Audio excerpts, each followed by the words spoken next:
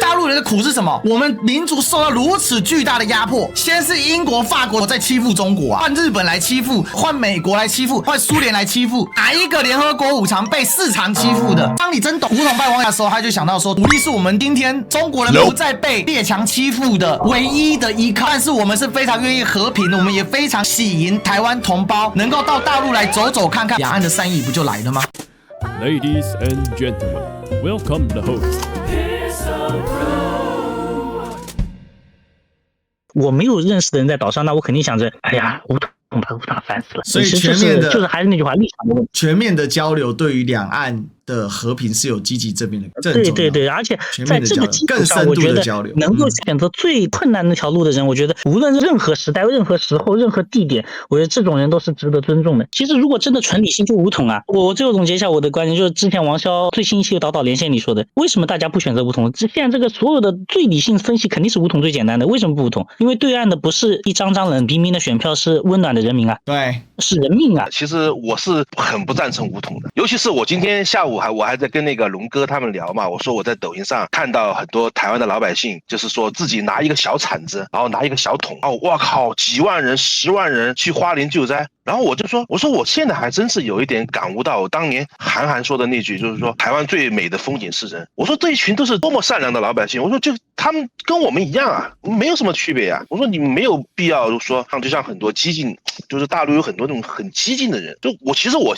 实我是明白他们的心态的。就有的人就认为反正怎么跟你说对你好也没什么用啊，然后对台湾的一些优惠政策搞了几十年了，然后他们还是想台独什么什么的怎么样，或者说他们对于大陆或者对于中国这种东西是无感的，其实我都能理解。然后再加上自身的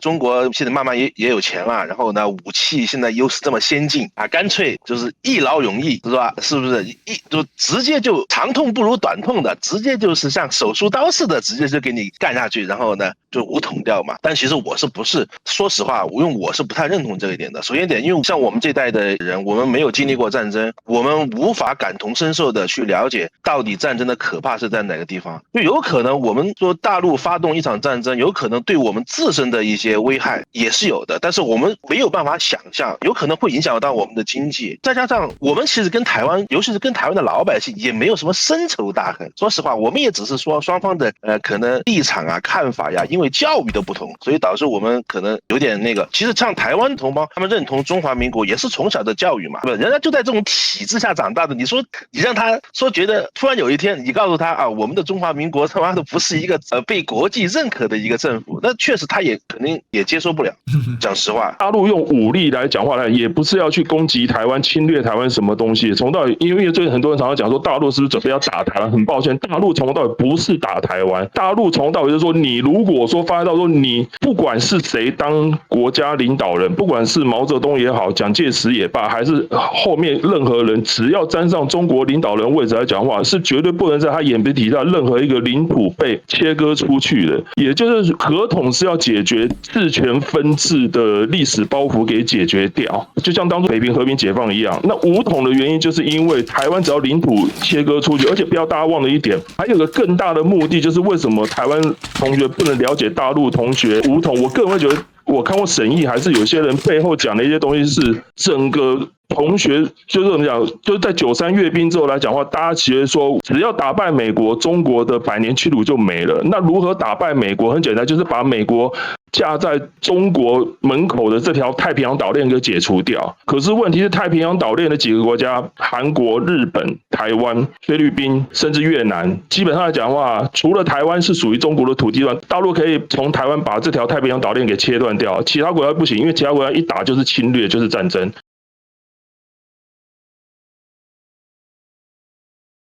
我觉得台湾人跟大陆人交流啊，或者大陆人跟台湾人交流，你就不要把政治这个东西看得太重要。如果你打从心里面认为台湾人是中国人，那你就不应该跟台湾人聊太多政治的东西。你像我跟龙哥很少聊政治，我跟群里的台湾人也很少聊政治，因为我打从心里面觉得他就是中国人，他跟我就是一样的人。我觉得大陆人跟台湾人之间的交流，我觉得更多要去了解一下对方的教育、对方的生活方式，他们的社会到底是什么样的，为什么他们会跟我们不一样，或者说我们为什么会跟他们不一样。我觉得这个才是最有趣的地方。我觉得生活当中不只有政治而已，否则的话我觉得两岸的交流会出现搁置的。但是我觉得两岸的老百姓都应该释出一部分的善意啊，应该要就是说互相应该要了解到他们的这种所谓的价值观跟我们的价值观都是通过教育而产生出来的，然后我们不需要把太多的仇恨归类于台湾的老百姓，对吧？然后就是顺其自然就行了。他说不聊政治啊，然后就聊，当然你第一次见面聊这都很 OK 啦，对吧？但是因为我了解台湾其实比较早，应该11年嘛，就我这个年龄段里面算比较早的了。为什么那时候会很深度的了解到台湾呢？因为我有个学姐，我相信历史哥肯定认识，肯定知道他是第一批来台的陆生，叫蔡伯义。哦，有听过，淡江大学的。所以我非常了解他，第一年去也是他回来是不会说什么政治方面的东西，他是说很多人文啊什么的东西，说乡下的他很喜欢做社区，他那时候写了本书嘛，不是？他说去乡下怎么样，去那边怎么样，去农村啊、花莲啊怎么样，会跟我说。然后那时候他还给我带周杰伦的那个专辑，然后后来就是开始就慢慢，就当你到深水期是无法避免政治这个东西的，就是这个感觉的。你如果说我不聊，我可以不聊啊。大家都可以不聊，所有人都可以不聊。当年92共识就是不聊，就不要聊这个，我们就是一个中国，然后大家和平相处嘛，对吧？但现在已经到这个时候了，我觉得就要正视现实了嘛。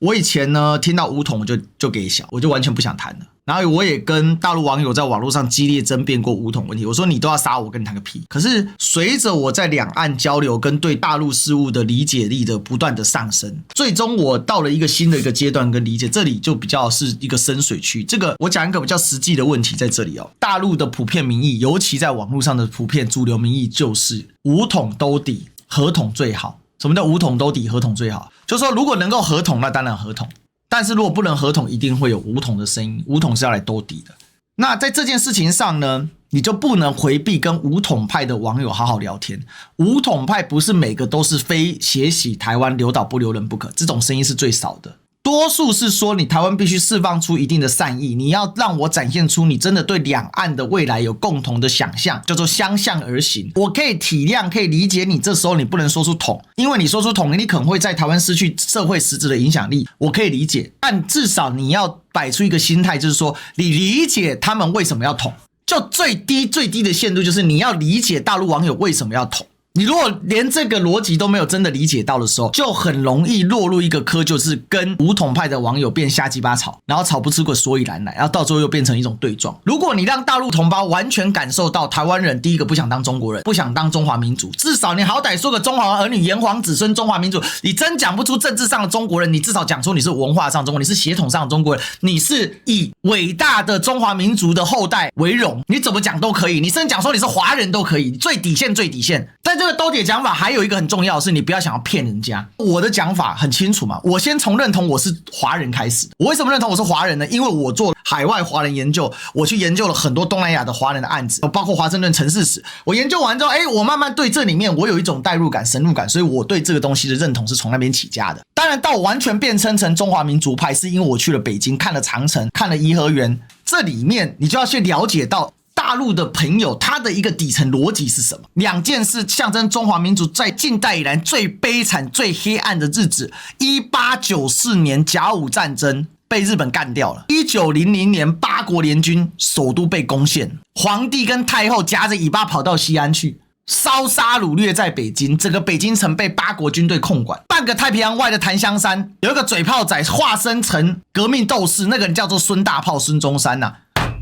跳起来。兴中会，中华民族，中国史上第一个革命团体因而诞生，全民族都沸腾了。这个是最民族最低点。从这个之后，各方各派就在开始想办法救国，就连慈禧太后也在想办法救国。然后最惨烈的浴血抗战，1931年到1945年，大陆叫14年抗战，它的结束有重大意义。第一个，靠自己的力量加上外部的盟友，血战打赢了欺负我们的日本。第二个，失去的土地回来了。所以今天两岸不能统一是中华民族耻辱的延伸，这一点基础你要先了解。所以我说大家了解武统派的核心逻辑是什么，你要先了解那两边谈起来就愉快，你知道他的苦，他会同情你的病。台湾人得了脱质不全症候群啊，斯德哥尔摩症候群啊。什么叫脱质不全？我们被殖民被打压，我们被注入反共教育，所以我们出现意识形态的断层认知落差，所以我们开口闭口提共产党是邪恶是共匪嘛。我们